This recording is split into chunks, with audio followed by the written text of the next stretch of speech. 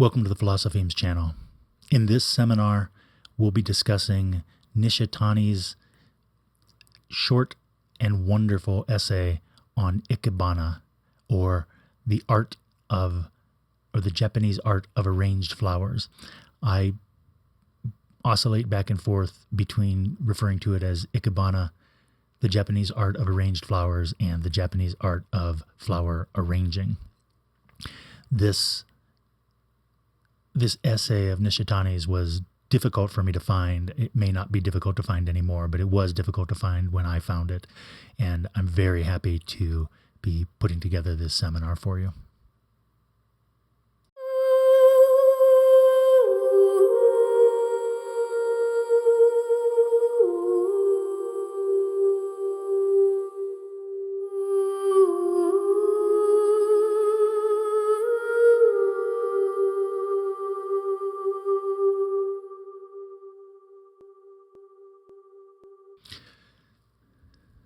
So this seminar, again, is intimately related to my 2017 book on Eastern existentialism. So I encourage you, the beginning of that book is a little bit difficult to read.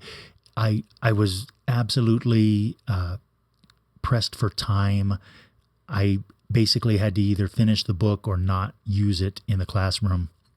And I resolved myself and was committed to finishing that book. So had I had a little bit more time, or if I find time in the future, which I don't believe I will, to be able to go back and rework that text, I would make it easier to read at the beginning, but especially in regard to the Buddhist five aggregates. However, I still believe that that book contains a lot of really good information, and I very much do recommend learning the ideas that are found in that book.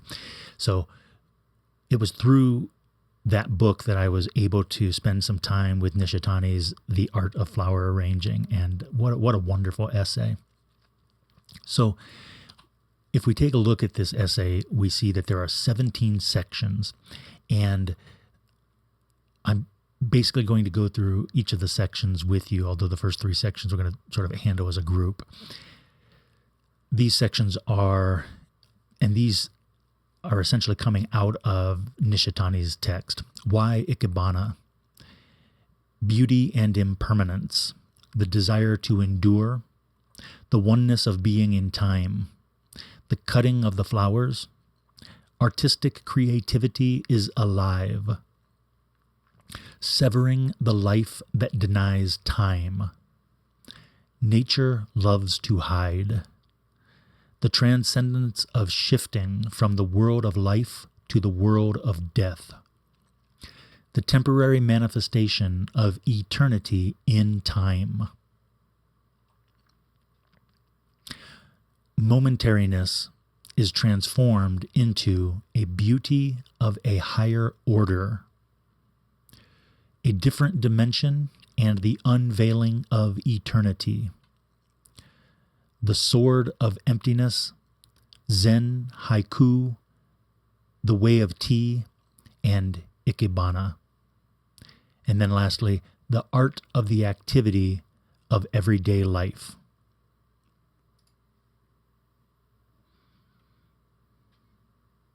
All right. So why Ikebana? I once read a newspaper article to the effect that the existentialist philosopher Sartre was interested in the Japanese art of Ikebana, arranged flowers. The article was a brief one, and it did not give the reason for his interest in it, but I felt I had some idea why. I recalled the impression I myself had upon seeing Ikebana with new eyes when I returned to Japan from study in Europe 10 or so years ago. I realized in Ikebana something entirely different from the whole ethos of European art. So, in some sense, this essay is about ethos. Beauty and Impermanence. The beauty created in Ikebana is created to last only for a short time. The art of arranged flowers changes with the season and reveals its beauty only for the short time after the flowers have been cut. The essence of their beauty is precisely to be found in their transitoriness. For the artist, there is a pleasure that seems positively correlated with the brevity of the duration of their existence. In other words, forgive me for using these research psychology terms, but in other words, the shorter the duration that the flowers will live after they have been cut and arranged, the greater the enjoyment, the greater the pleasure that the artist has. Section 5, the desire to endure. All art has some kind of life expectancy. All things in the world perish. However, buildings, sculptures, and paintings are made to withstand time. This will to endure may originate from the artist. So it's like an efficient cause in Aristotle's Four Causes. Or it can be thought that way. The oneness of being in time. The mind of the artist is reflected in the art of Ikebana, like breathing naturally during zazen. As a person's in and out breaths become one, the person identifies with its existence in time. The oneness of being in time. Wholeness, totality. The cutting of the flowers. The difference between Ikebana and other plastic arts is twofold. The artist works with material just as it is in nature. The material just as it is in nature. The essential difference belongs to the cutting of the flowers. A tree or a blade of grass growing naturally out of the ground show a mode of being that tries to deny time while being in the midst of it. It resists the pull within itself, working to bring about its own cessation, as if it were trying to get ahead of itself so as to pull itself further into the future. Again, the will to endure. Yet all the while it continues to change, as is its existence in time. Thus, it is fighting a losing battle with itself. These flowers. The tree or the blade of grass gives itself to the environment. The sunlight, rain, and wind. This giving of itself is part of its struggle to live. All of this is nothing but a way to deny time. Trees and grass growing out of the earth are like this. Section 9, artistic creativity is alive. This is also the way it is with people. Plato said all living things seek eternity in this changing world through procreation. Yet that too is merely an attempt to deny time while being in the midst of it. Life in art has its fundamental source in the life of nature. Goethe realized artistic creativity is based on natural productivity. Creativity is alive and is the same as all life. That is, the essence of creativity is the will or desire to deny time while being in the midst of it. The essence of creativity. Hence, for Nishitani, creativity is alive. Section 10. Severing the life that denies time. Ikebana severs this life of nature. Flowers in the field or garden pollinate in order to procreate. This is part of the natural will or desire of life. The arranged flower has had this will or desire cut off. Rather, it is now in the world of death, poised in death. It has become severed from the life which denies time. It has entered time and become momentary. Section 11. Nature loves to hide. While the life of nature has temporality as part of its essence, it goes against and conceals that essence. Nature exists as if it were trying to slip away from time. On the other hand, the flower, with its roots cut off, has, in one stroke, returned to its original, essential fate in time. This is not the life of a flower in nature. The flower cannot do this by itself. It is merely man's caprice to force the flower against its natural will or desire. The flower is thus made to stand poised in its hidden essence, to reveal that essence. Section 12. The transcendence of shifting from the world of life to the world of death. From the perspective of their fundamental nature, all things in the world are rootless blades of grass.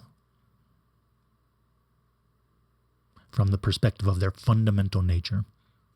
Such grass, however, having put roots down into the ground, itself hides its fundamental nature.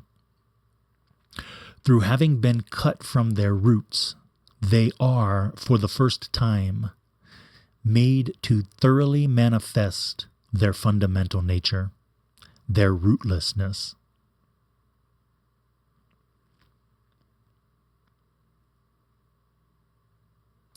To be shifted from the world of life into the world of death is, for the flower, a kind of transcendence. The flower made to stand upon death has been cut off from the constructs of time that occur in life, and it is just as though it stands in the timeless present. Its evanescent existence of several days becomes a momentary point in which there is no arising or perishing. The flower is shifted to this transcendent moment and fixed there. It becomes a temporary manifestation of eternity that has emerged in time. Section 13. The temporary manifestation of eternity within time. Death in which life has been severed, or nothingness in which the possibilities of existence have been cut off. This is not mere natural death. The natural death of flowers lies in withering and decaying, and arranged flowers must be thrown out before they wither. The death of flowers that have been severed while living transcends the life of nature, transcends the constructs of time, and signifies a movement into new life as a moment. The nothingness is the attainment of new possibilities of existence. As a temporary manifestation of eternity within time. Probably the person who arranges flowers senses these things when the flowers are placed in the space they are to fill. Within that space, flowers exist within solemnity, floating in emptiness. just as though they have emerged from nothingness. The space about them, the space of the entire room, is drawn taut by the existence of the flowers, just as if it had received a charge of electricity, and the air takes on a tension and gravity. The flowers, this idea, because we know the flowers will die. The flowers, through the certainty with which they occupy the space, sweep clear the atmosphere. The flowers themselves, however, have no awareness or intention of doing this. The sweeping clear of the air about them is the response of the space of nothingness. The flowers are simply there in their correctness, while sending forth a faint coolness from within a fathomless composure, like a person who has eradicated all attachments to life and abandoned all the expectations fundamental to our mundane existence. Through a complete silence, they communicate that which is eternal. Section 14. Momentariness is transformed into a beauty of a higher order. Being completely momentary, the art of Ikebana is an improvisational art. The beauty of Ikebana changes with the seasons and with temporal existence of the plants. The beauty is one that vanishes after only a few days, yet it can be created easily. Its very momentariness is transformed into a beauty of a higher order. The essence of the plant being turned into art lies in the activity of cutting the plant. With the cutting of the flower, the emptiness hidden in its depths is unveiled. It can even be said that the plant itself, in being empty, is the appearance of eternity in time. This momentariness of a higher order expresses eternity. Finitude itself, while being thoroughly finite, becomes a symbol of eternity. Time itself, while being completely temporal, becomes an eternal moment. With the activity of cutting, emptiness is unveiled in the depths of existence, and the eternal moment is realized. Section 15. A different dimension and the unveiling of eternity. With this realization of the eternal moment, one enters a completely different dimension in which art is of two possible kinds. First, one is an art directly in life, and second, the other is an art alive in death. One kind of art seeks eternity by denying temporality. The other kind of art tries to unveil eternity by being thoroughly temporal. The former arises out of the natural will or desire of life. The latter arises out of emptiness, which has severed that natural will or desire. Section 16. The Sword of Emptiness. Zen, Haiku, The Way of Tea, and Ikebana. Many Japanese arts, particularly those influenced by Zen, belong to the latter type of art.